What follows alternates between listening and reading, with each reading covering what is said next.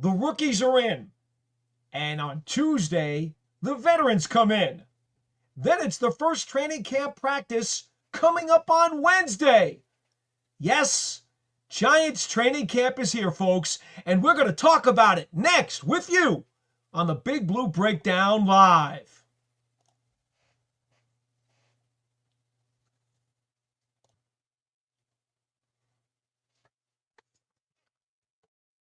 Hi again, everybody. I'm Paul Dottino, and so glad to join you once again after our summer hiatus.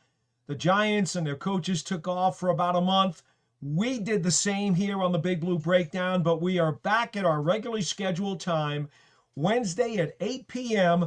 Eastern Time, so that we can be here and talk Giants football with you. We're live.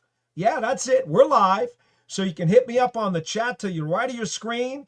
You can hit me up by going to the link down at the bottom of my screen right here. You see that right there, that link right there? Okay, you can do that. And you can either dial me up with an audio phone call, or you could do a video phone call if you prefer. We're cool here, okay? We're not like some other places that only take your letters or other places that only take your tweets. No.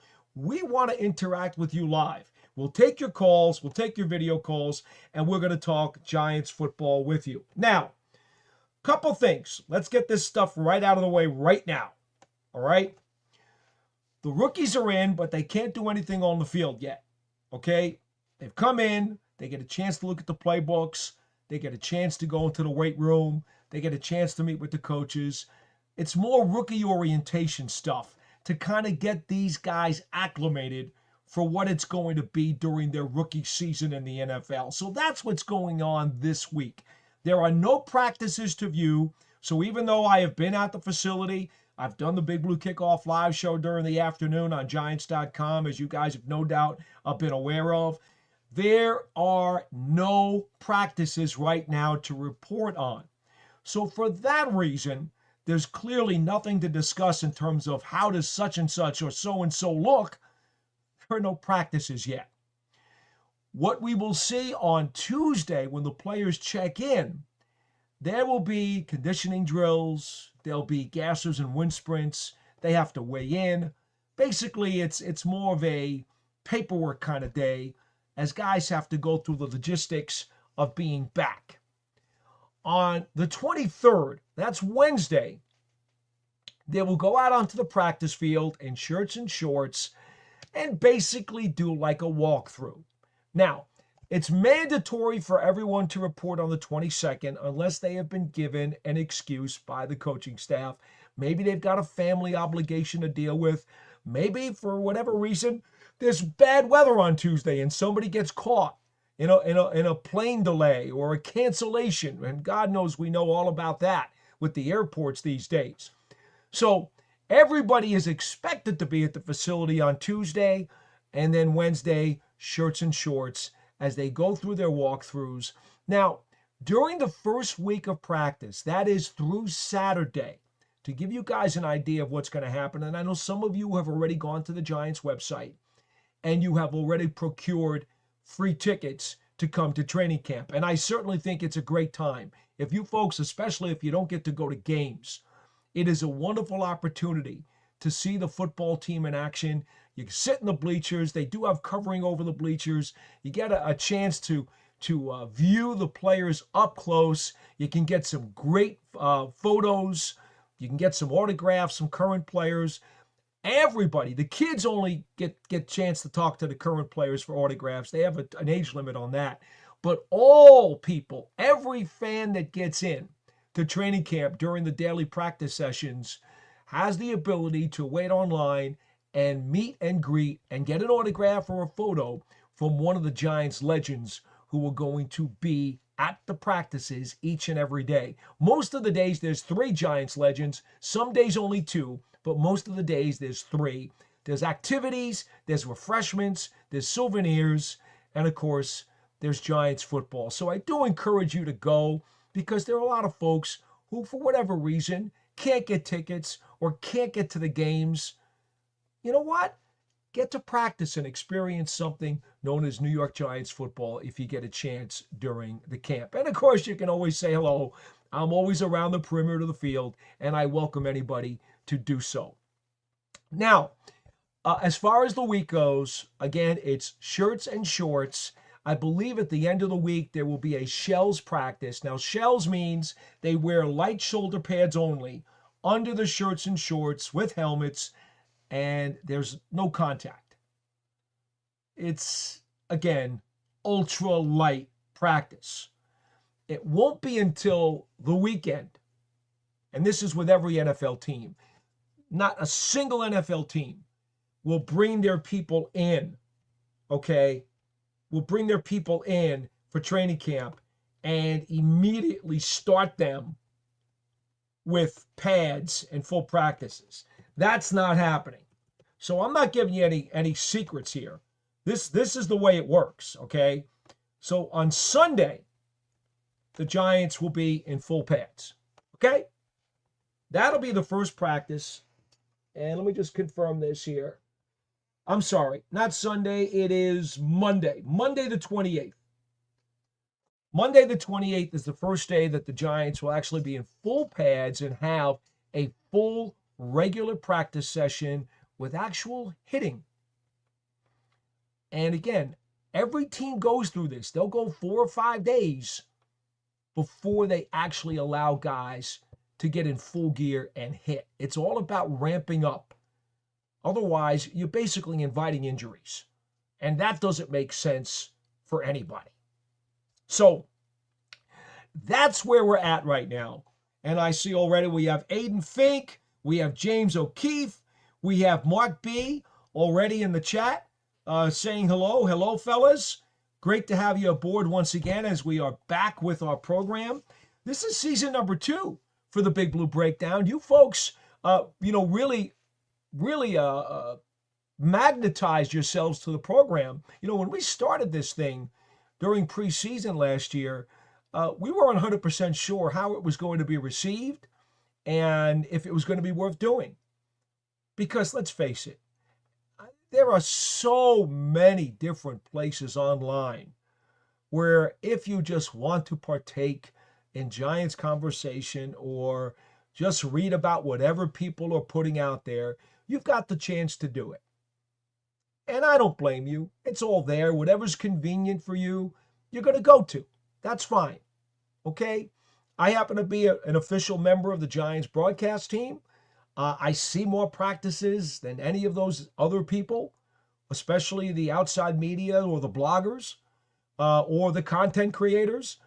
They haven't been around as long.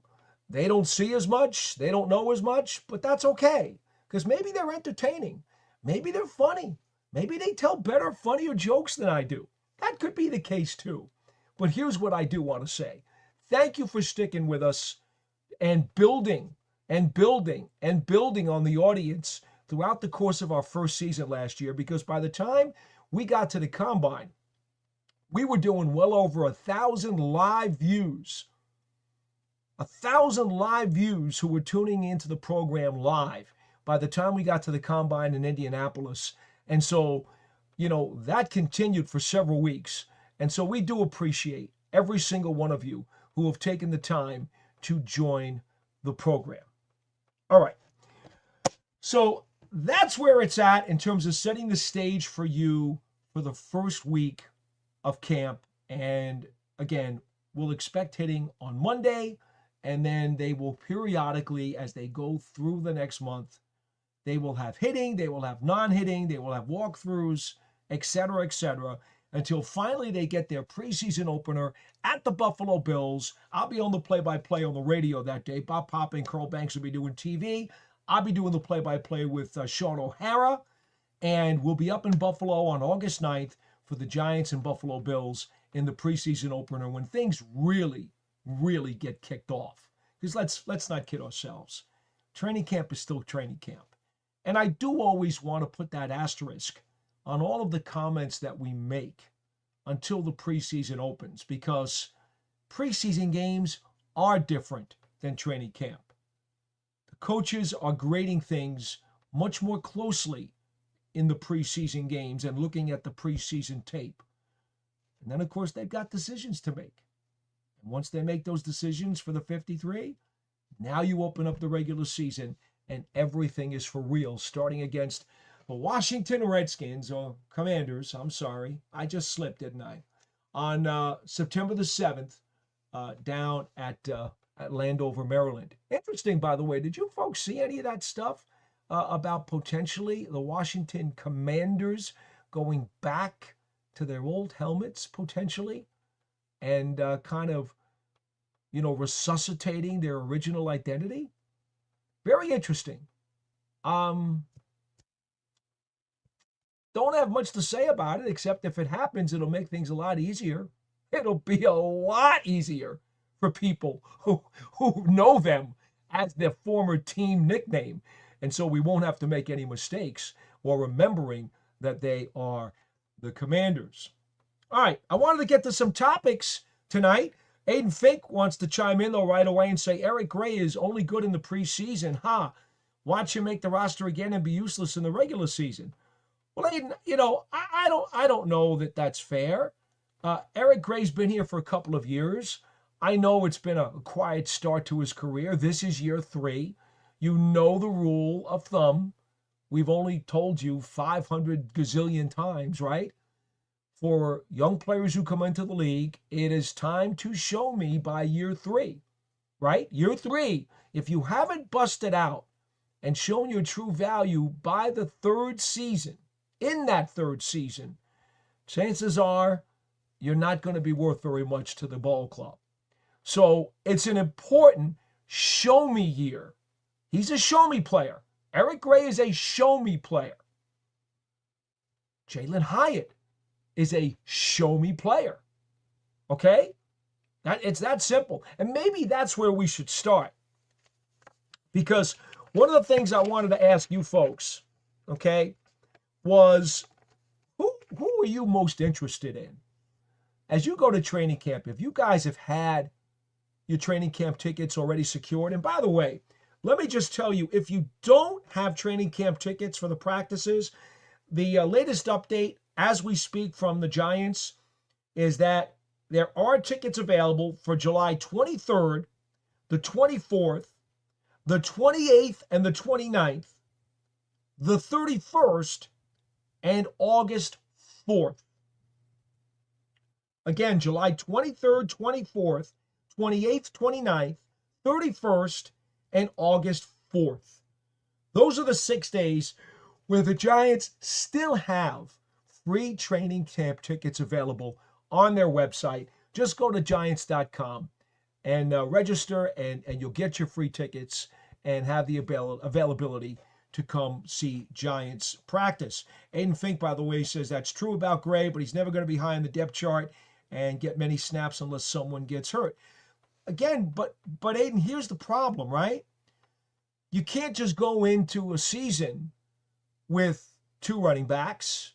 I assume you would say that Tracy and Scatterboo would be your top 2 guys. You may like Singletary as number 2, and maybe you want to put Cam Scatterboo, the rookie out of Arizona State, as number 3. But be that as it may, if those are your 3 lead running backs, who's your number 4? I actually think that's a very intriguing training camp battle for me.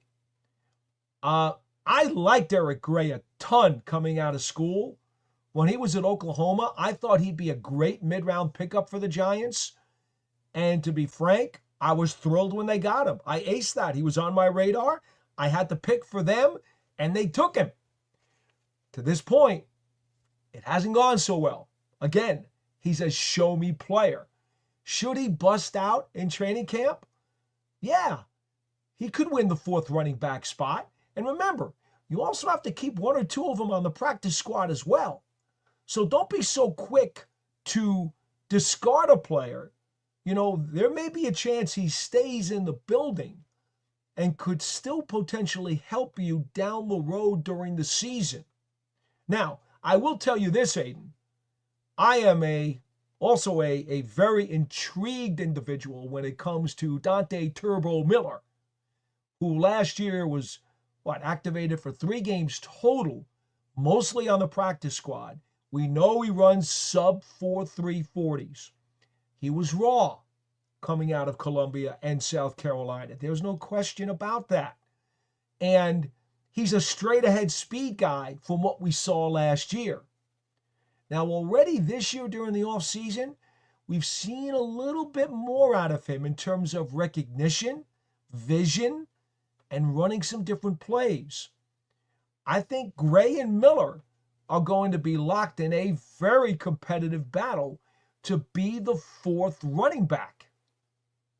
And, again, Gray's a show-me player because it's year 3 and he was a draft pick. He's got to show something.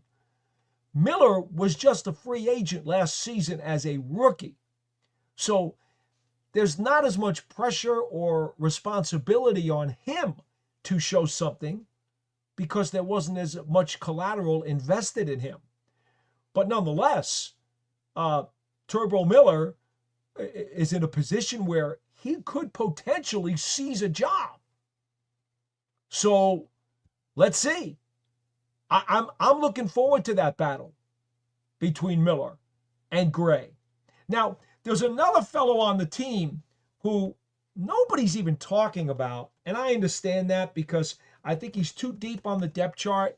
I think he might wind up being a terrific practice squad player, and you folks are not going to be surprised when I give you this name because if you know anything about him as a player, and you know anything about him in terms of his size and frame, you're going to understand why I like him. You guys know I like power backs. I'm into the physicality of old school smash mouth football. Well, the Giants have a guy named Rashawn Baker, 6 feet, 225 pounds, out of Elon. He is quite an intriguing prospect. Now, I don't think, based on who the Giants have right now in the running back room, I don't think it's going to be easy for him to climb into that number 4 spot on the running back depth chart. I think that's going to be very, very difficult for him to do. But I think that for me, Rashawn Baker would be a terrific developmental back. And I think, for one, when you talk about practice squad guys, sometimes those are not even developmental guys. They can be, but sometimes they're just great scout players. Well, I think Baker serves both purposes. I think he'd be a terrific power developmental back, or should I say a developmental power back. Let me get those words in the right order. I also happen to believe that he would be a terrific scout player because of his size and his strength and his ability to run between the tackles. So I'm looking at Rashawn Baker and I'm saying to myself, I hope he's in the building come September. And if it's practice squad, and I think that's more likely than not, that's perfectly fine for me. I just hope he sticks around. I felt that way about Turbo Miller last year. I wasn't so sure that he was going to make the roster because I thought it was a high climb. But I was pretty darn sure he was going to be on the practice squad, and he was. So let's see. That's just the guy I throw out there because you guys decided you wanted to bring up the running back spot. But what I really wanted to do was to ask you guys about show me players. Guys who need to show you and the team. Of course, it's more about showing the coaches and the team than it is about showing us that they have something legitimate to offer and they should be here going forward. I think Evan Neal is a show me player, right? Evan Neal's first 3 years with the Giants have been discombobulated at best. He has been inconsistent. He has struggled with injuries, and it has been a long road to hoe. And now he's healthy. And they are giving him an opportunity to cross-train and win a job at one of the guard spots, whether it's Greg Van Roten's right guard spot or John Runyon's left guard spot. But make no mistake about it, you're talking about a guy who was a top 10 pick in the first round. You know, when you pick that high, you want to do everything you can to get something out of him. You're going to squeeze that orange time and time again so tight to see if you can get some juice.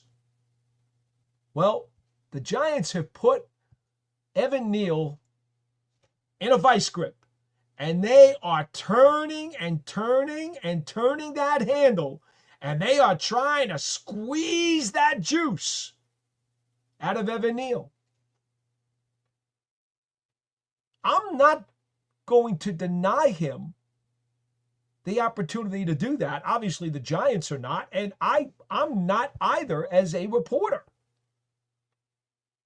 This is a show-me situation. Evan Neal is in a fight to justify his value. Let's see. His back's against the wall. Let's see what he does. I still think he's got the skill set and the toolbox in him. Let's see if he wins one of the starting jobs at guard for this offensive line and is one of the best 5 offensive linemen on the team. The Giants would be very happy. The coaching staff, the front office, the rest of the offense, they would all be very happy, because that means he will have beat out a host of competitors. And what do they tell you about competition? Competition is supposed to make you better. Well, look at the Giants. Aaron Stinney, Joshua Azudu, Evan Neal, Jake Kubas, John Runyon, Greg Van Roten. They're fighting for 2 starting guard spots.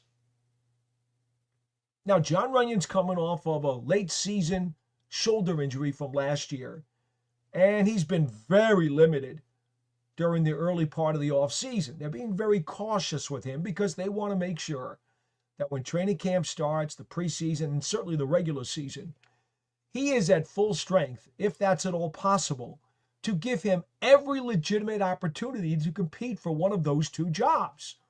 And that's the smart thing to do if you're the New York Giants. Sure, you want the 5 best guys on the field. You want everybody competing at their max so that you can legitimately decide who the best 5 are. Same situation over at wide receiver.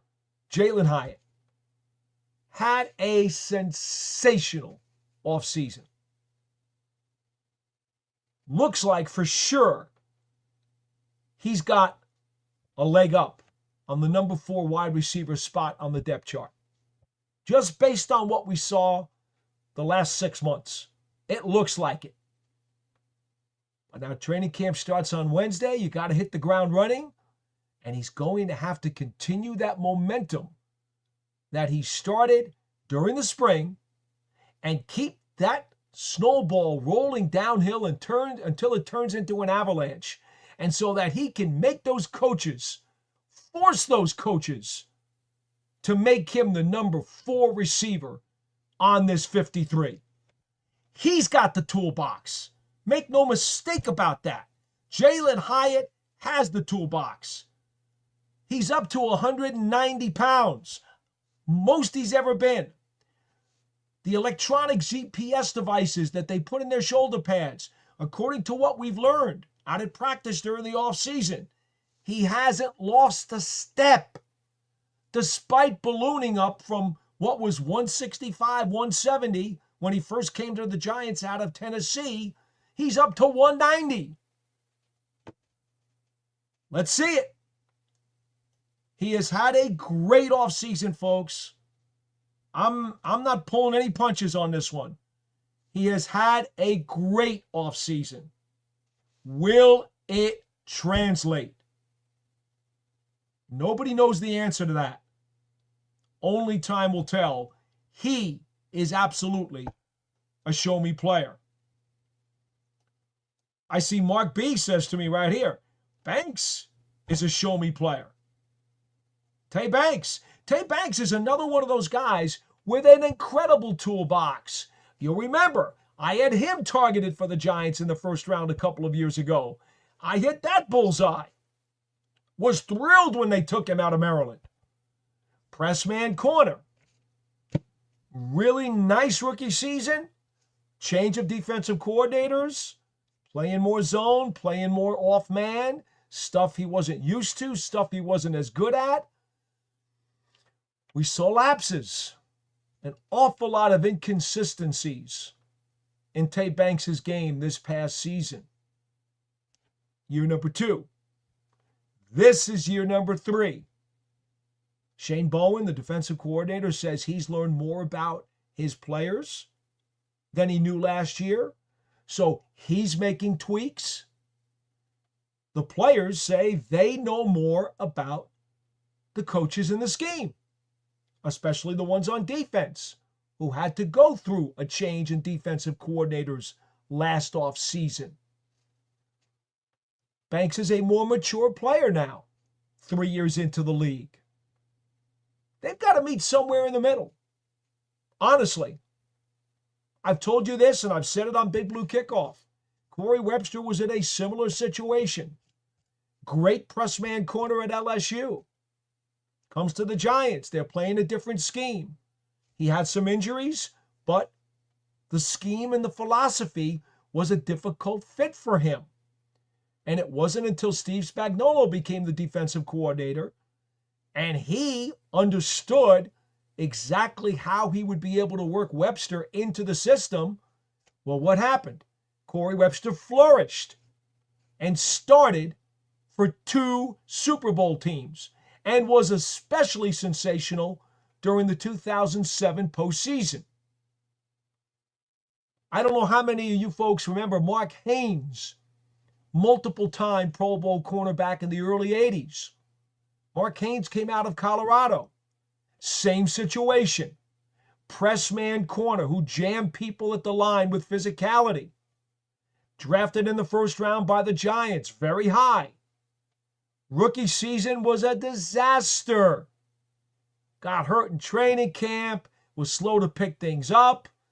Got beaten out in his rookie season by a guy named Mike Dennis, who was an undrafted rookie free agent. Haynes wound up coming off the bench basically that whole rookie season. He was in the doghouse. It never really worked out for him. And then what happened? Well, there was a change in the coaching staff on the defensive side of the ball. And then suddenly things started to click. And Haynes was able to use more of the techniques that he had perfected while at the University of Colorado. The coaching staff was willing to bend on some of that. Hey, this is how he plays. This is what allows him to produce. This is what he does real well. Let's work that into the scheme. So there was a little give and take there. And all of a sudden, Mark Haynes became a Pro Bowl corner multiple times for the Giants. So if you will, is Tae Banks Corey Webster 2.0? Is he Mark Haynes 2.0?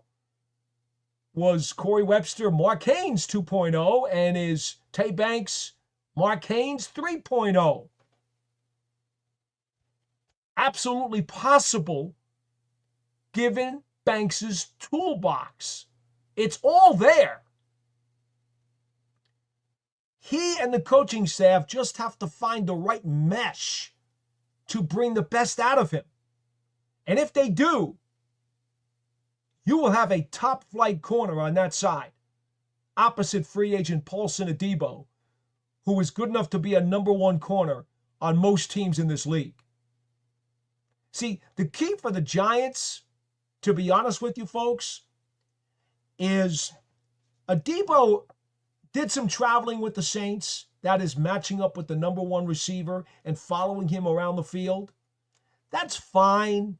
A lot of teams will do that, some more than others. But if you really want to be an elite defense, you want the option of not traveling your corners. You want the option of just playing straight up and saying, you, my friend, are on the left. You, my other friend, are on the right. And we don't care who's in motion. We don't care who's lining up where on the other side for the offense. You guys just play him straight up. Well, Debo's proven that he can be a number one corner. If Banks can prove the same, the Giants will then have the option. They'll be able to travel if they want to, or they'll be able to say, we're just staying pat. We're going to play left-right corners straight up. Motion your guys. Move your guys around. We don't care what you do with Terry McLaurin. We don't care what you do with C.D. Lamb. We don't care what you do with A.J. Brown or Devontae Smith. We don't care what you do with Deebo Samuel. We don't care. Because we can play you straight up. It would be a tremendous luxury for the Giants if Banks can reach his max potential this season. But that's a two-way street, right? Coach and the player have to find a perfect mesh so that they can bring out the best that there is to offer on the field.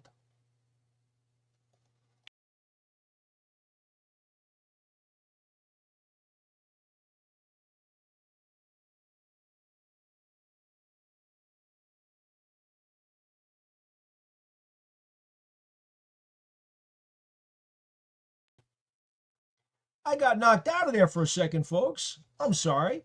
I don't know how that happened, but apparently I must have accidentally pulled the plug on myself. See that one time we had that short power failure? Now we got power. I got a finger failure here on the mouse. On the mouse. Not the moose, but the mouse. All right. Let's get to some of your comments. And I want to ask you guys some questions. We're already halfway home here at 8:30. I don't know if we're going to do an hour today, maybe do a little bit longer. Depends how you guys want to interact with me. If you want to get me some questions, you want to get me some phone calls or some audio calls, I'd be very, very glad to have them. Let's go through some of your items. Let's see here. James O'Keefe says, I still refer to Washington as the Redskins out of habit. Well, see, James, I'm of the opinion that if you're talking about the team before the name change, that it's historically accurate to go by their name at the time. So, for example, if you want to chat about John Riggins or Joe Theismann or Chris Hamburger or Mark Mosley or Pat Fisher or Charlie Taylor or Sonny Jurgensen or Billy Kilmer, or for that matter, Sam Huff, former Giant who wound up with the Redskins in the mid-'60s. If you want to talk about any of those guys, well, that's before the name change. Historically, they were Washington Redskins. George Allen coached the Washington Redskins. So did Joe Gibbs. Philosophically, I don't believe that's insulting to anybody. You're being historically accurate. If you're talking about those players that wore those helmets and those uniforms, they are Redskins. They're not Commanders, right? Jaden Daniels is a Commander. Joe Theismann was a Washington Redskin. That's how I see it. And that's not meant to insult anybody. It's meant to ensure historical accuracy. All right. And remember, folks, you can absolutely join me. Again, there's the link. If you want to get on the audio or video call opportunities that we have here on the Big Blue Breakdown, there is the link. You can absolutely join me. If you feel comfortable sticking with the chat, that's okay too. Mark B says, Giants will be on Hard Knocks in the preseason at Buffalo should be interesting. No, that's actually not accurate. Well, yes and no. They'll probably get in there as a cameo because of, you're right, the coverage of the other team in the training camp Hard Knocks. Yes, they'll have crumbs, I'm sure, of maybe some interaction on the field during their preseason game. Yes, I suppose you're right in that regard. I thought you were more talking about the in-season Hard Knocks. The in-season Hard Knocks that'll be on HBO and will be all about the NFC East is going to happen during the latter third or so of the season, where they will go around to the Dallas, Washington, Philadelphia, and New York practice facilities, and each week of the 4-week series, they are going to dissect and do 15 minutes apiece, I believe, something 10 minutes, 15 minutes, whatever the segment's going to be, as they break up the show and give you little sandwiches, if you will, of each of the 4 teams in the division. Now, again, my understanding is that's in the latter third of the regular season. So you'll see more of the Giants there because that's NFC East in-season Hard Knocks. Again, to your point, Mark B., the Giants are going to be the crumbs in the one you're talking about earlier during the course of training camp and the preseason with Buffalo. But thank you very much for that comment for sure. Again, one of our regulars. Love to see my regulars here on the show, especially after being away for a month. You know, it's great to see you guys coming back. That's for sure. I'd like to get some new people. By the way, spread the word, folks. You know, retweet the show. Post with a comment or whatever you want to do on X or whatever your social medias are. By all means, tell other people about the show. I think the more people we get in here, the merrier. I love the questions. I love the conversation. It's more fun for me, and I hope it's more fun for you when we get more people. All right, James O'Keefe says, I like big backs. I cannot lie. Mark B says, Turbo's another one I would like to see with a line. Understood. See, Turbo last year, again, I said he was raw. He was incredibly explosive as a straight-ahead runner. But in the National Football League, you do have to be more than that. You have to be able to have feel, instincts, vision, the ability to work off of blocks. If you're just a straight-ahead runner,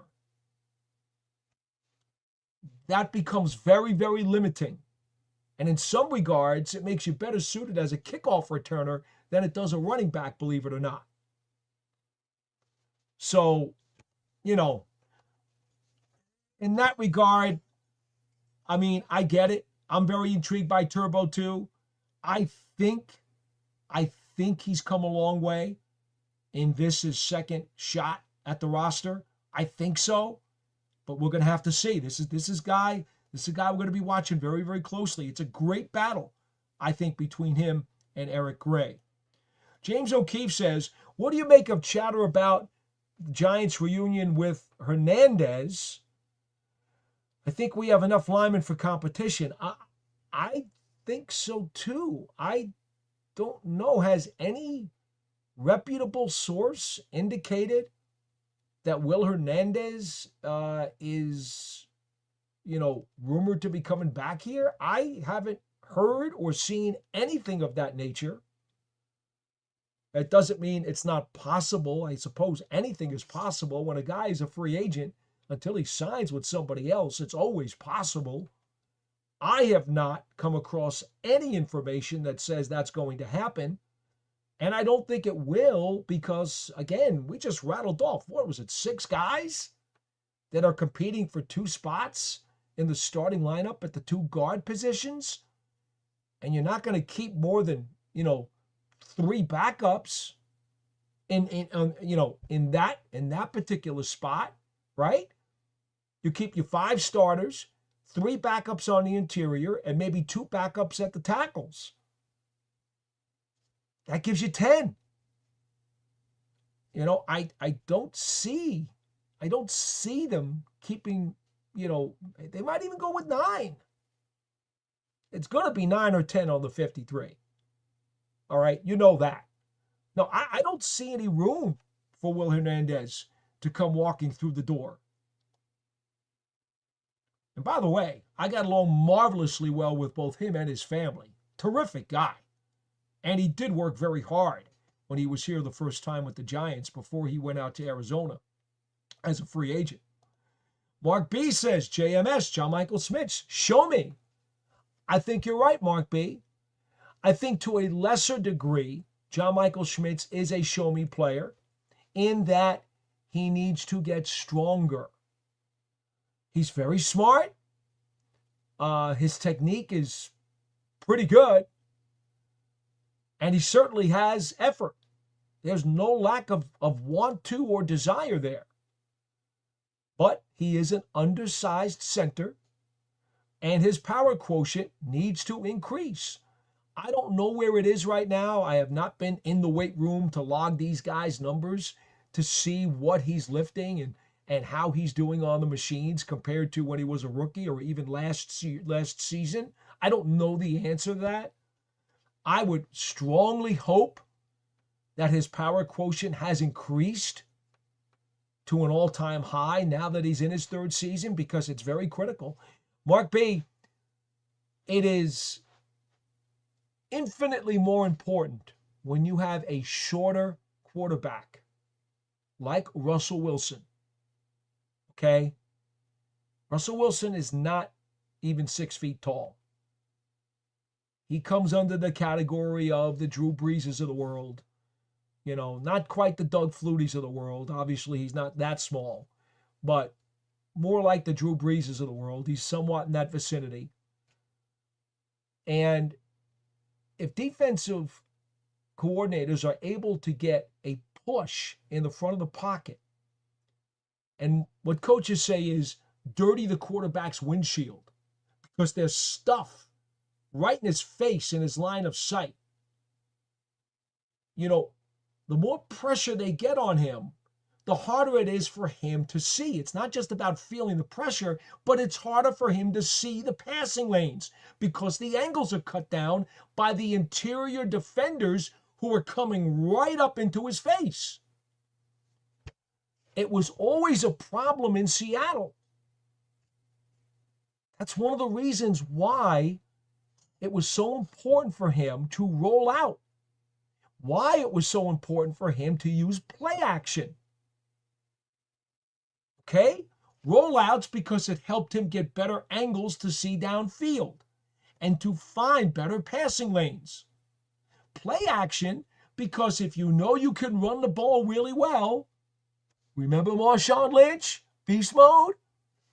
Well, what does that do?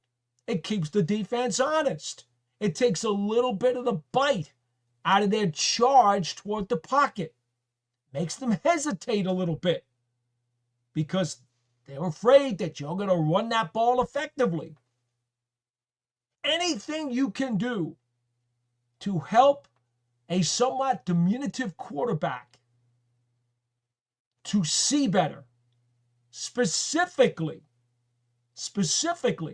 to keep pressure away from the front of the pocket, he will be better off.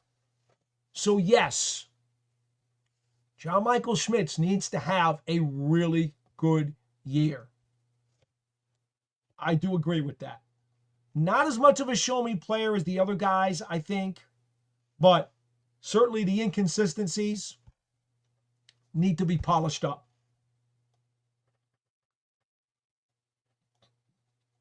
Iman Perry says they got to meet in a winning season. Okay, not 100% sure what that means, but yes, a winning season would be awesome. James O'Keefe says he loved Mark Haynes. Yeah, Mark Haynes was, got into a contract dispute, had an attitude issue, didn't get along well with everybody at the end of his Giants career, and then they traded him, as you may recall, in the 1986 NFL draft, multiple-time Pro Bowler, was traded to the Denver Broncos. Again, he played at the University of Colorado. They traded him to the Denver Broncos, and Giants did well, amongst others, getting a key second-round pick in return as part of that deal for Mark Haynes. Mark B says, Spags should get a gold jacket at the end of his career. You know, Mark B, I don't know that any NFL people, quote, coordinators, have gotten into Canton as coordinators. Now, Vince Lombardi is in Canton. Tom Landry is in Canton. Now, why do I bring them up? Well, because they were offensive and defensive coordinators for the Giants under Jim Lee Howell during that heyday from 56 through 63, when the Giants were basically annual participants, practically, in the NFL championship game. Now, as you know, Landry went on to coach the Dallas Cowboys.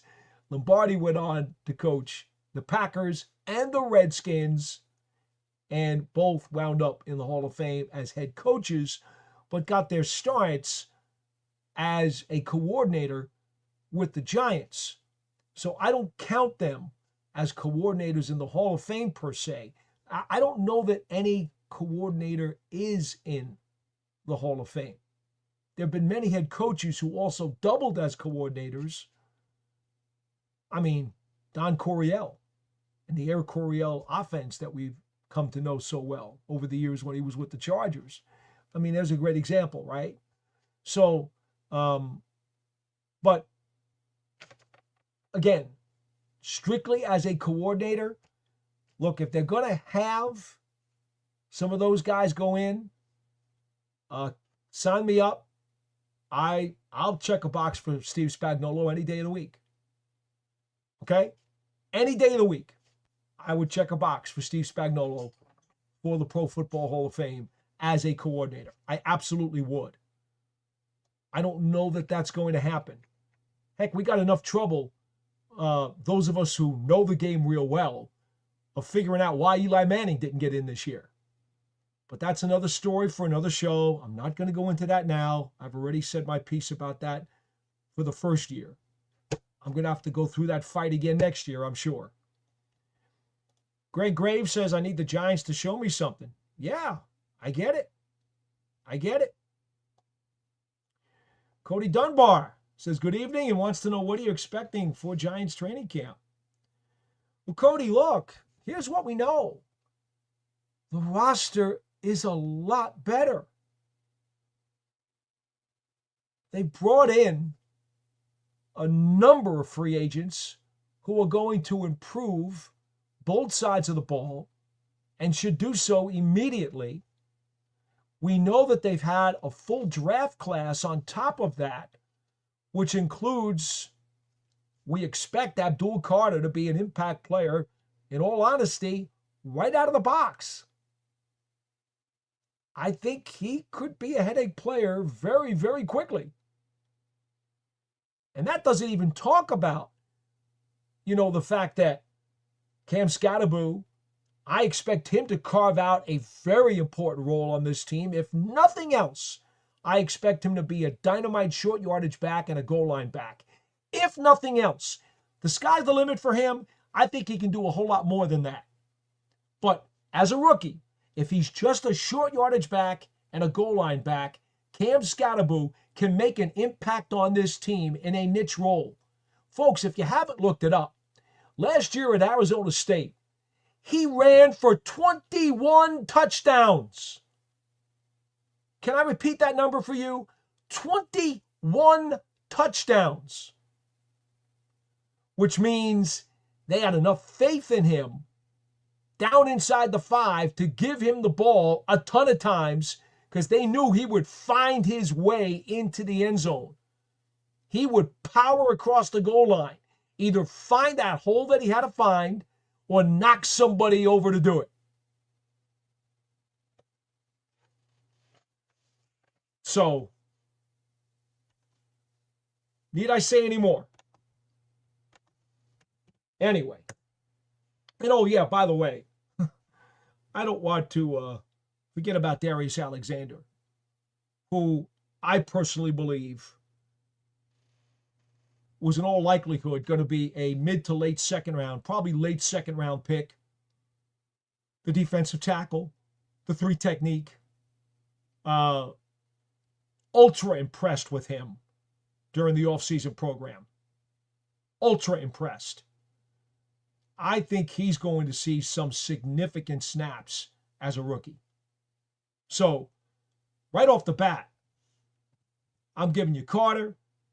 I'm giving you Carter, Alexander, Scatterboo. Right off the bat, I believe those guys, in one form or another, are going to have an impact on this team. As rookies. As rookies. It may be a niche impact, but it will be an impact. I believe that strongly. Mark B does reiterate, Hard Knocks are doing Buffalo. Again, yes, they're doing Buffalo, but the Giants will only be crumbs in that regard. Oh, look who's back. It's Tudo. He is back again. Greetings from me and my family in Princeton. Mighty New York Giants chaos. Oh, my goodness. Tudo is back again. Oh, my goodness. He is one of our super chat people. We always give Tudo a star because no matter where he is with his Italian rugby club, Tudo is always coming by to check out the Big Blue Breakdown.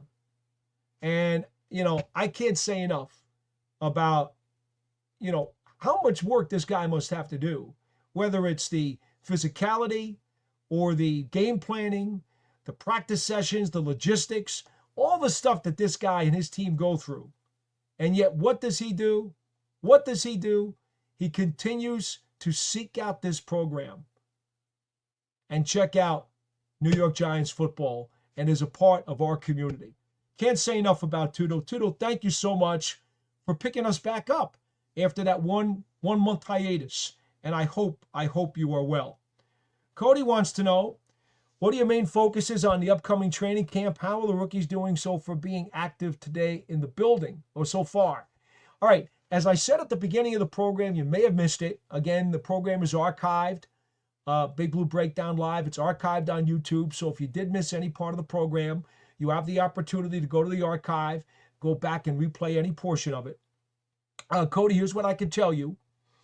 The rookies came in and they're not doing any practicing on the field right now. This is an acclimation period for them, meeting with the coaches, getting work done in the weight room, kind of getting some of their stuff together, their playbooks and stuff of that nature. They are not doing anything on the field right now and will not, to speak of, until the veterans get here on Tuesday. The first practice, shirts and shorts, is on Wednesday the 23rd. So, in answer to your second question, that's what we've got. Your first question, main focuses? Yeah, I'll be glad to talk about that. Main focuses. I actually wrote this down. I don't know if any of you caught our New York Giants training camp special. I was on with John Schmelk last night. We hosted for 2 hours on WFAN here, the Giants flagship station in New York, on the radio. We did a full 2-hour program. And one of the things we talked about was the biggest storylines of training camp. I think it's the first round picks. Everybody wants to know how much of an impact can Abdul Carter have right away coming out of the box. Everybody wants to know, how is Jackson Dart doing as the Giants bring him along and groom him to be the quarterback of the future? The first round pick story, those two guys, is going to be hovering around like a cloud every single day. Anytime one of these two guys does something at training camp practice, the crowd's going to go absolutely nuts. And I understand that. And the writers are going to go absolutely nuts tweeting it out. That's what happens when you're a first-round pick. So I'm sure, I say the first storyline are the 2 first-round picks. Second storyline, the battles in the trenches. The offensive line, got to find out who the best 5 offensive linemen are on this team so that they can be the starting 5 opening day. That's going to be a battle that goes all the way up to week 1, I'm sure. Same thing with the defensive line. They got to figure it out. They got to figure out what is their rotation going to be, and how are they going to be situational substitutions along that defensive front with the additional bodies they brought in. Look, some of the names they brought in. We talked about the fact that Darius Alexander was a 3rd-round pick.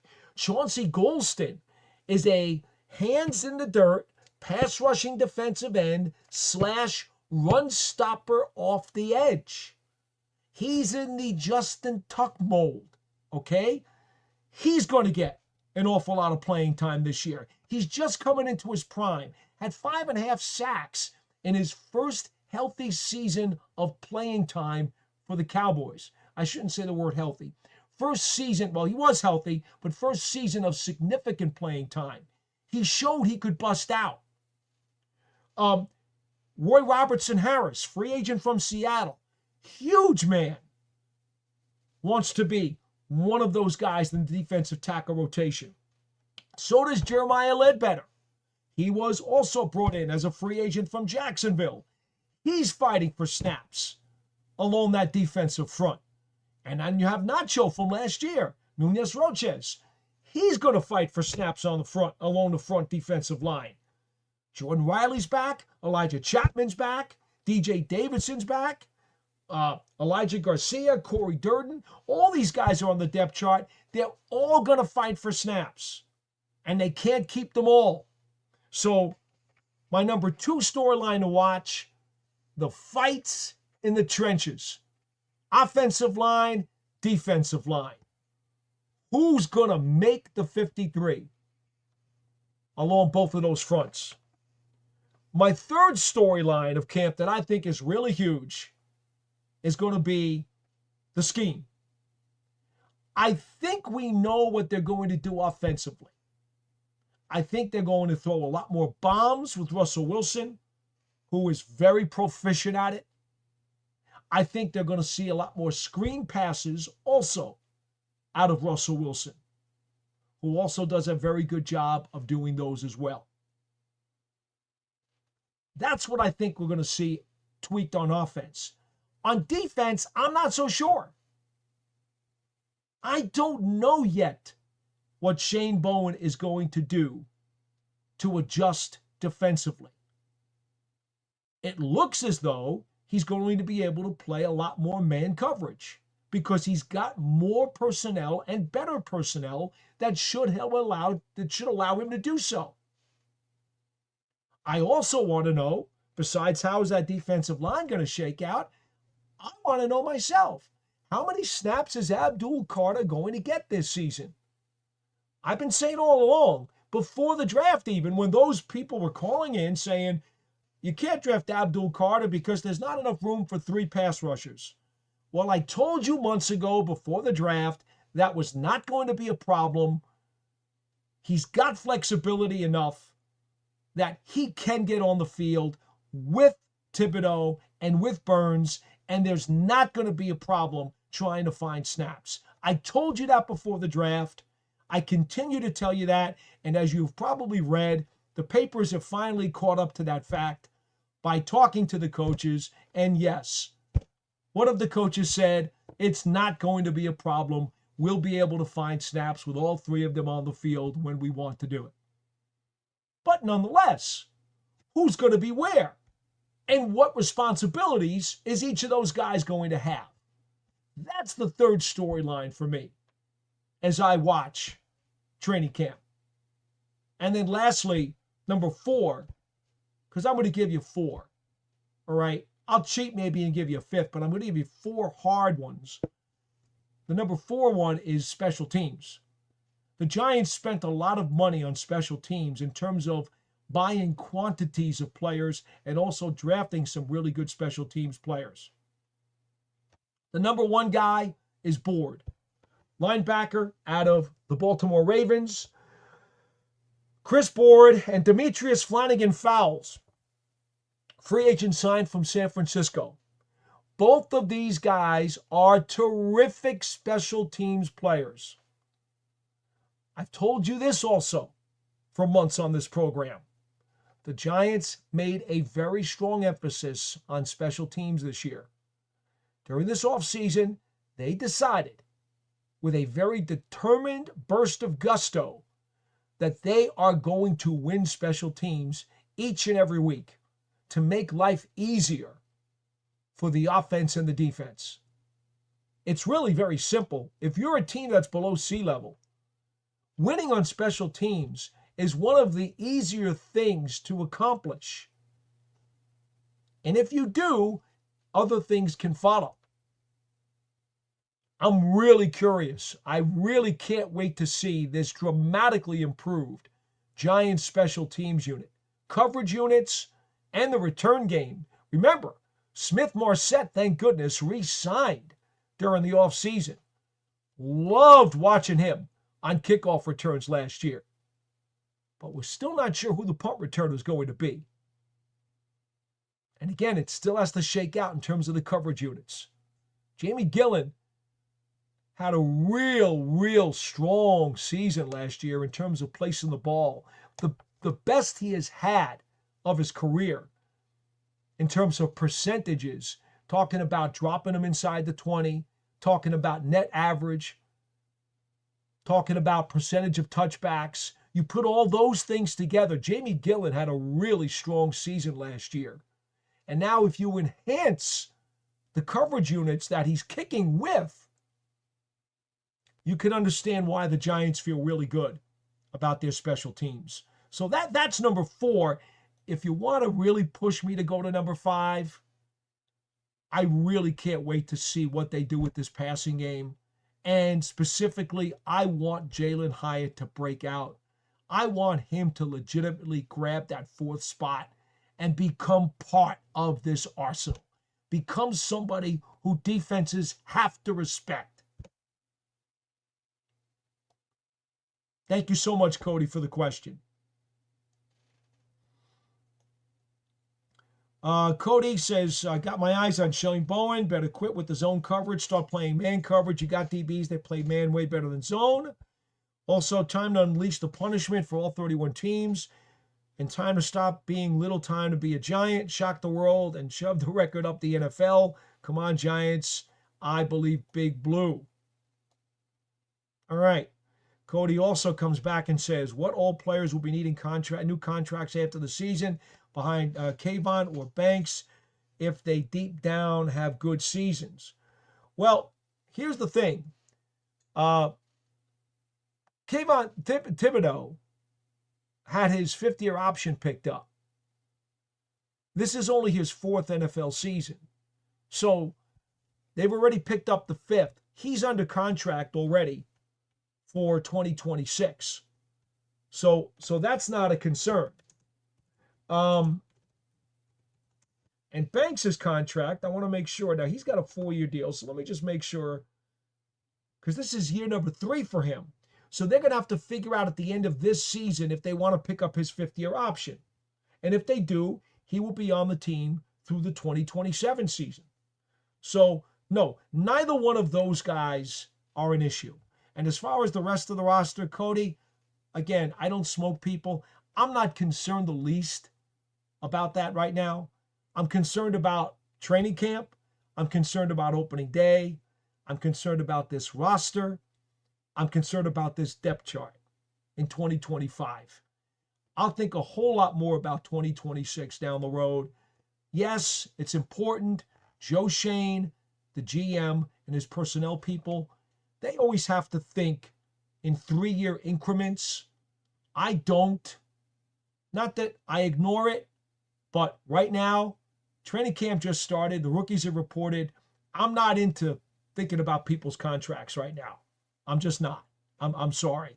So, get back to me later in the season, and we could talk about guys who may or may not be up come March of 2026. Cody wants to know about players that I have my eyes on. I've already discussed a whole bunch of that so far. Let's see here. Oh, how about this one? Edward Scissorhands. There's a new one for you. Try not to be a cut up, all right? No, that was really bad, right? I told you, we're not great with the humor here. I'm not afraid to be self-deprecating. I'm not afraid to goof around sometimes. But in terms of just flat-out jokes, you're probably better off going to pay-per-view or pay cable. You're going to get better jokes there. I'll tell you that right now. All right. Edward Scissorhands says, Paul, what do you think the strongest position is on the offense? Well, you know, I'm going to say strongest position. As we sit here today on July 16th, it's wide receiver.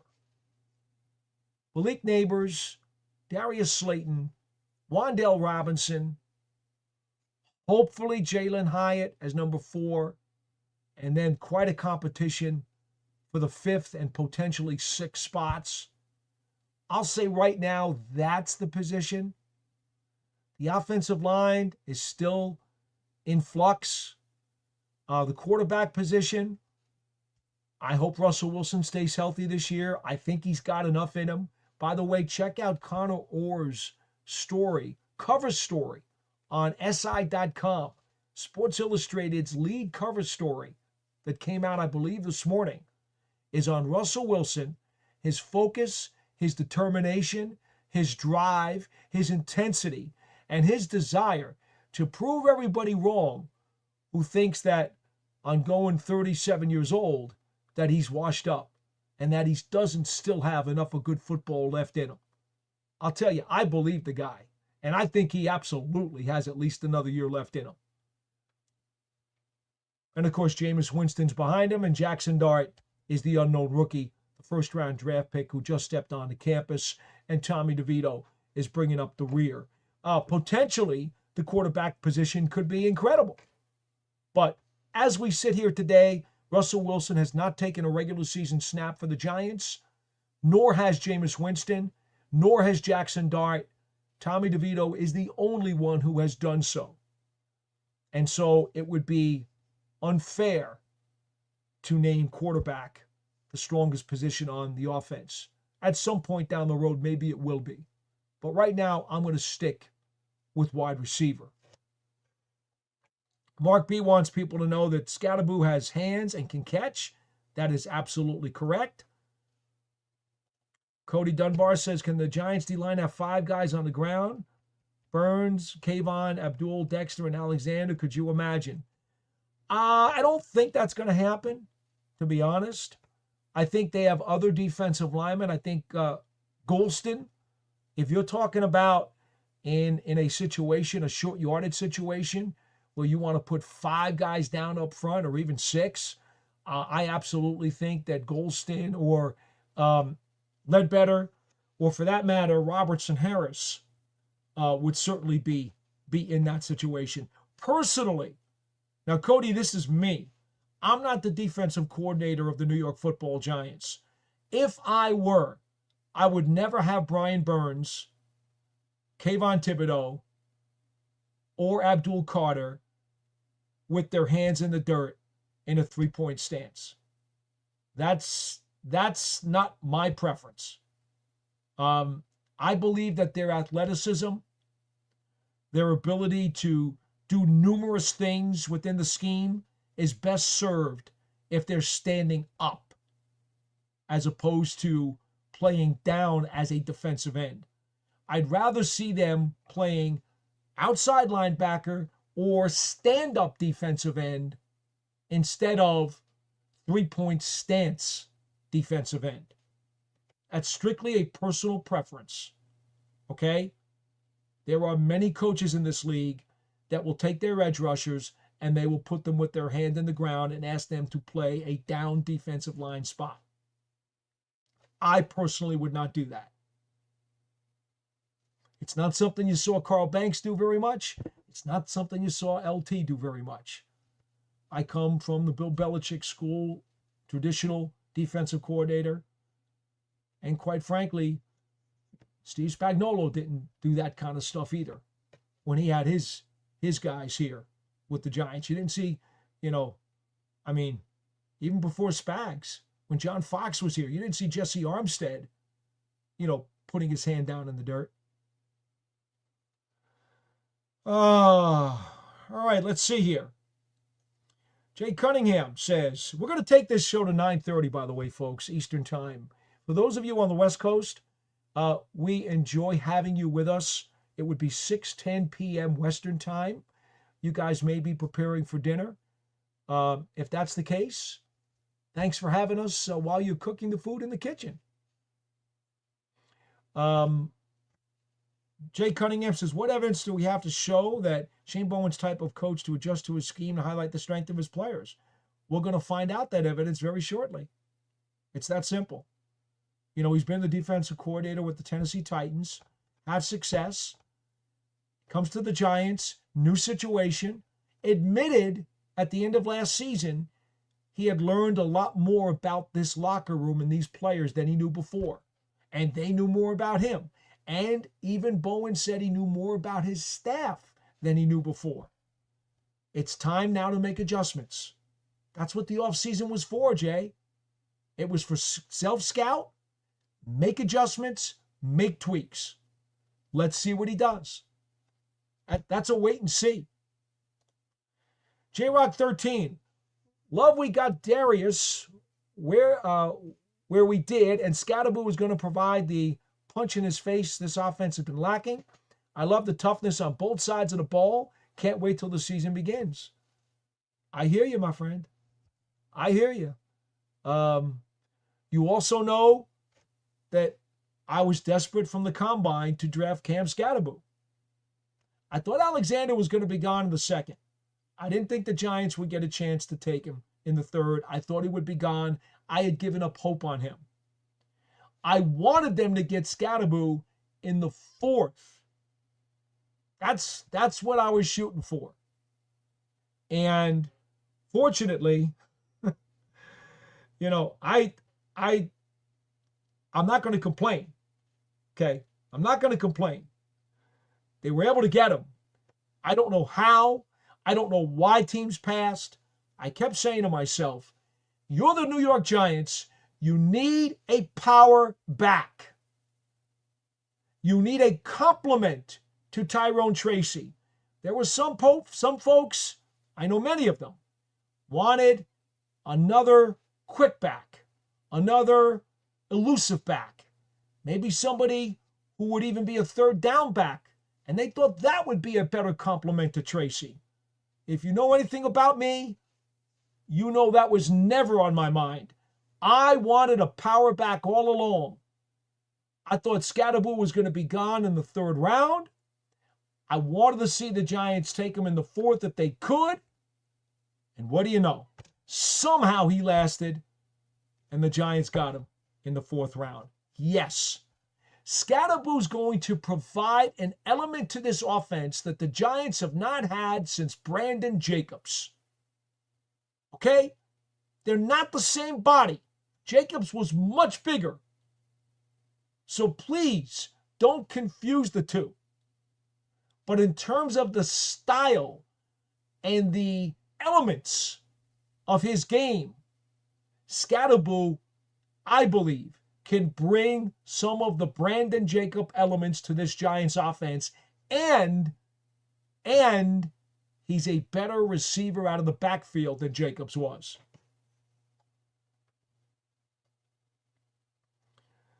Oh, there's Tudo again. Look at this guy. He becomes a two-time super chat. Tudo does it again. This guy's unbelievable. He says, please suit me up in Giants gear. I don't work in the equipment room, Tudo. There's nothing I can do about that. I'm just a simple guy with a microphone. Promise you won't be on any opposite. Ball carriers walk off the pitch and the Powers. Yeah, Tudo, I'm just a simple announcer with a microphone. I have nothing to do with the equipment room. And as you can see, I'm not exactly wearing equipment either when I do these programs because I don't have access to that stuff. Believe me, though, Tudo, your loyalty to our program and I'm sure to the football Giants is duly appreciated. And, I certainly hope one day you are able to get to training camp or to the stadium, and you absolutely do have to say hello. And I would be honored if you would. Roy Robertson says he thought he came from Jacksonville. Well, here's the deal. He was a Jacksonville guy earlier and then went to Seattle and now went to the Giants. He had a go through. One of those two plane stops, right? When you get on an airliner, you got the non-stops, then you got the one-stop planes, right? Then you got the two-stop planes. Well, Robertson Harris, yes, he was in Jacksonville earlier. Wound up last year finishing up in Seattle. Now he is with the Giants, Cody. So, you're half there. That's fine. We got clarification. James O'Keefe, couldn't agree with you more. Says Golston was a sneaky good free agent signing that will pay dividends. I absolutely agree 1,000%. Mark B says, any update on Andrew Thomas? Will he be pup? Well, let me go to that short list. These are the priority players who did not do very much work, if any work at all, during the offseason program. Andrew Thomas, coming off of a foot injury. Dexter Lawrence, off of an elbow injury. John Runyon, a shoulder injury. And Malik Neighbors, a toe injury. Those were the four primary guys. There were some other guys who were a little banged up as well. Even Alexander and Scatterbo were doing runs and sprints on the side with the trainers. I suspected that those were soft tissue injuries, and they were holding them out for precautionary reasons because they didn't seem to show any afflictions at all. But Neighbors, Runyon, Thomas, and Lawrence are the guys, the primary guys, who had significant enough injuries at the end of last season, or in the middle of the season, if you will, in the case of Lawrence, and of course Thomas earlier than that, where they hardly did anything at all during the offseason program. I'd say of those four guys, Dexter Lawrence did the most. Head coach Brian Dable has been asked about all of those players habitually during the offseason and has never given any indication that these four guys, or any of them, any of the other small ones I just mentioned, would be a problem going forward into the season. Now, if some of these guys are a little limited during training camp or the preseason, I'll understand that. But I have no evidence that has come across my desk that indicates week one is going to be a problem for any of these players. James O'Keefe says, screen pass would be a welcome addition to the offensive play options. We haven't been competent with screens since the days of Tiki Barber. James, you are correct. I don't think I have anything else to say about that. But in order to be effective on screens, you have to have cohesiveness. You have to have sufficient time. You have to have sufficient athletes on the offensive line. There's quite a bit that goes into making a screen pass work. And the Giants, for one reason or another, and basically mostly starting with the offensive line, they've never really been able to get that squared away since the days of Tiki Barber. So yes, James, I hear what you're saying. Cody Dunbar says, Smith Marset is amazing. Yes, he is. James O'Keefe says, Tudo should be our international roster player. Well, Jude McAtamney, the kicker of Irish descent, is the Giants' international player. He does qualify, by the way, for the international roster exemption on the practice squad this season, his second year in the league, if the Giants choose to put him there and keep Graham Gano on their opening day 53. That's just a little technicality I thought I might inform you about. Cody Dunbar says, I want Hyatt to ball out. Like, look what he did for Texas versus Alabama. You mean Tennessee against Alabama, not Texas. Hyatt was from University of Tennessee. Tudo says, James was born ready to destroy NFL team O-lines, pancake specialist every match, mate. Tudo answering one of our other fellow folks here on the chat. Let's see here.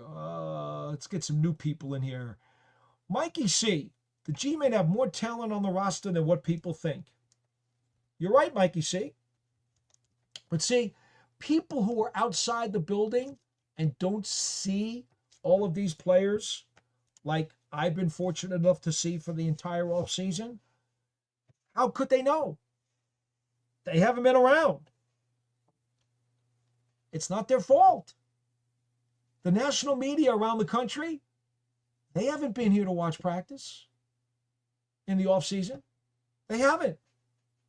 The writers, they have very limited access to practice. Very, very limited.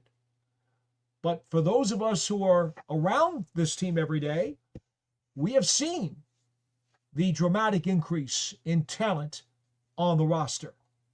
So yes, Mikey C., I concur with your assessment. Aiden Fink says, I saw the video on SI's YouTube channel on Russell Wilson. Really cool stuff. Well, you're right. The guy is focused. He is dedicated. And he has the mentality, as I said last night on WFAN, that rising the tide raises all boats.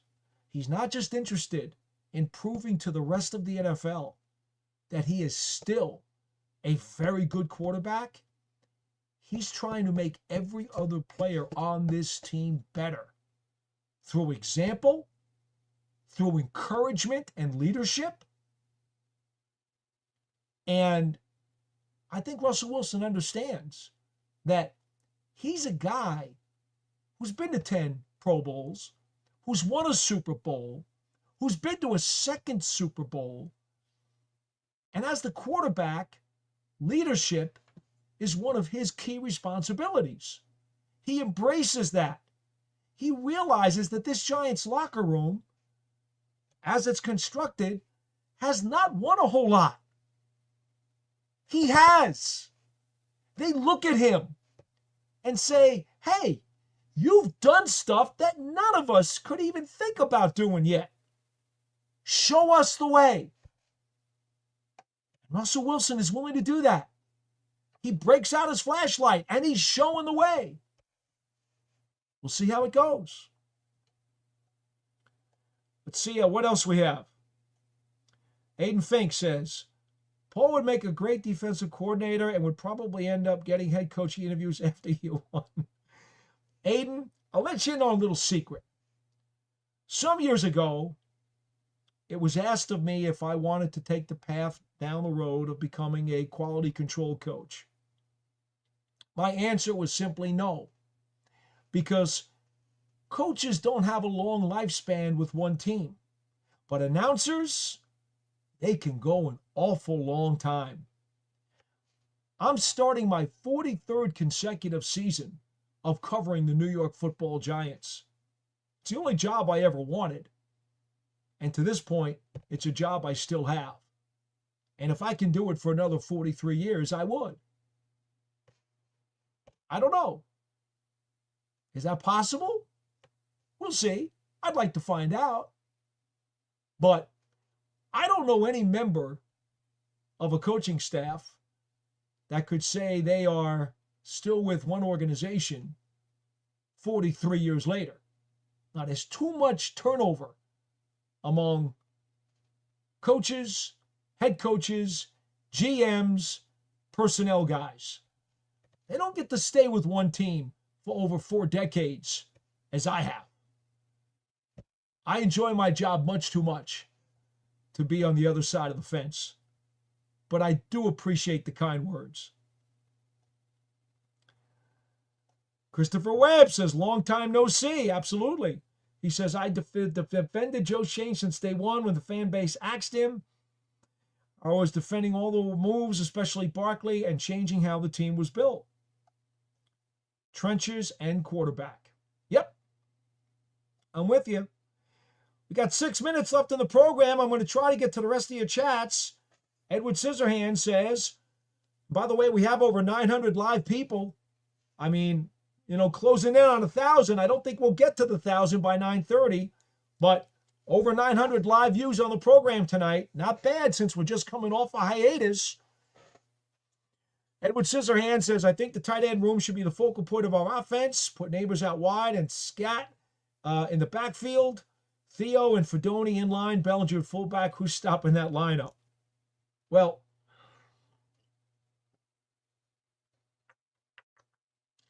in effect, you're looking at losing 3 tight ends, right? Theo Johnson, Thomas Fedoni, and Daniel Bellinger. Chris Manhertz, by the way, is still on this team and is the best pure blocker of all the tight ends. So if you really wanted to use one of the tight ends in strictly a blocking sense, you might be better off using Manhertz as an H-back as opposed to putting Bellinger at fullback, if you wanted to do something along those lines. Look, I've always enjoyed the double tight end offense. I think there are times when it really should be used. Not all the time. I'm not such a stick in the mud that I want to go back to 1975 football and I want to run double tight ends all the time and just run the ball all the time. I know a lot of people accuse me of that. No, but I do believe there is a time and a place for some of that. Just like there's a time and a place to put some meatball slices on your pizza. I prefer my pizza regular. Extra cheese is really nice. And every once in a while, little meatballs on the pizza, that's not so bad either. But I wouldn't want meatballs on my pizza every single time. Anyway, I appreciate the creativity, though, and the suggestion, Edward. I'm not going to get into X's and O's diagrams on this right now because we're trying to wrap up the show. But I'd be glad to get into any of that stuff for you another time, or if you see me out at training camp. I love talking X's and O's. Christopher Webb says whether Jones is good enough was a whole different conversation. Oh, you're talking about the quarterback, of course. Chris says, looking forward to breaking bread with you at training camp. I will be there, my friend. You know it. Mark B. applauds. 43 years. Yes, indeed. 43rd season. Spider Lockhart, for those of you who do go back to the late 60s and early 70s. James O'Keefe says, God bless you. You're truly living the dream. Yes, indeed, sir, I am, without a doubt. Chris Webb says, what's your most interesting position group going into training camp? I mean, it's got to be the offensive line still. Look, Christopher, until this offensive line is solidified and they can concretely say, these are the best 5 offensive linemen we have. They're the 5 starters. We're going with them opening day, and we're sticking with them. Until that happens, when's the last time that happened for this team? Until that happens, that's got to be the number one position group. Because as you know and I know, it always starts in the trenches. It is still football. Everything spider veins out from the trenches. And the offensive line, even more importantly than the defensive line. All right. Mark B says, yeah, Paul, you and Ronnie Barnes been there over 4 decades. That is correct. Ronnie Barnes, the Giants' Vice President of Medical Services, I believe he's at 45 years, if I'm not mistaken. He's got me by just a couple. James O'Keefe says, double tight ends in the red zone, lots of options. James, yes, that absolutely is one of the places you want to use double tight ends. That's a situation that calls for it. I'm with you. Imagine double tight ends and you got Scatterboo in the backfield. Just saying. Edward Scissorhands says, Bellinger be a great candidate for the tush push ball carrier. Don't get me started on that because I think that play should be outlawed. New York Revival says, Paulie Dots, with 43 years covering the Giants, do you feel just as nervous as the first day heading into training camp? Look, It's like New Year's Eve for me, man. It's a party. It really is. I said last night on WFAN, it's kind of like waiting for Christmas, right? The presents, they're getting wrapped, they're ready to go. Can't wait to unwrap the Christmas presents. That's how I feel for the beginning of training camp. I can't wait to unwrap the Christmas presents. And then really, opening day is really Happy New Year. I love the preseason. You guys know that because I enjoy watching the players and scouting the players and trying to figure out who the 53 are going to be on the depth chart. It's fascinating to me to try to figure out the guys on the depth chart, not just the starters. I love the preseason, but that's just me. All right, folks, that's going to do it. Believe it or not, we got almost 950 live views, so we got really close to 1,000. I have no doubt if we went another half hour, especially with those of you on the West Coast who are probably trying to join us, we probably could break the 1,000 mark once again, as we have done so many times in recent months. And again, I am so appreciative to all of you who are back here again for the Big Blue Breakdown Live here on the New York Giants on SI YouTube channel and media network. We invite you, of course, to come back again next Wednesday night. Now, why is next Wednesday night important? Why did I schedule it? Well, you know, we like to do these on Wednesday anyway. We want to make an appointment viewing for you. But here's the thing. The Giants are going to have their first full padded scheduled practice with real contact, etc., on Monday, the 28th. There'll be another practice on the 29th. And then on the 30th, they are off. So we'll have 2 full days of practice to talk about. A bunch of observations, a bunch of answers to your questions, and Wednesday is a day off for the players. Everybody gets to catch their breath. I think next Wednesday night, 8 p.m. Eastern Time, is a perfect opportunity to catch up with you guys once again and give you a taste of what we have seen during some real practices and some real training camp action. We come at you again before that, there's still not going to be much to say.